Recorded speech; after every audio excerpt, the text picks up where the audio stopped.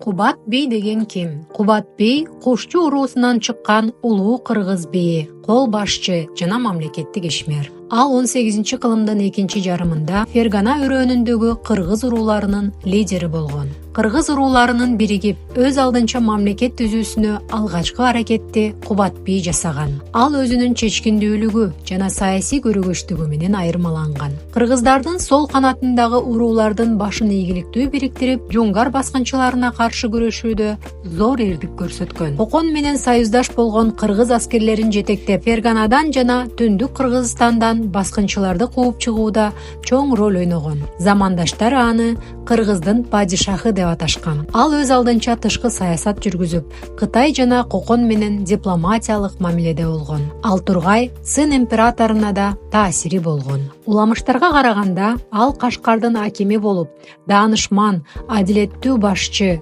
Бахадур бей катары көптөгөн элдердин урмат сыйына ээ болгон.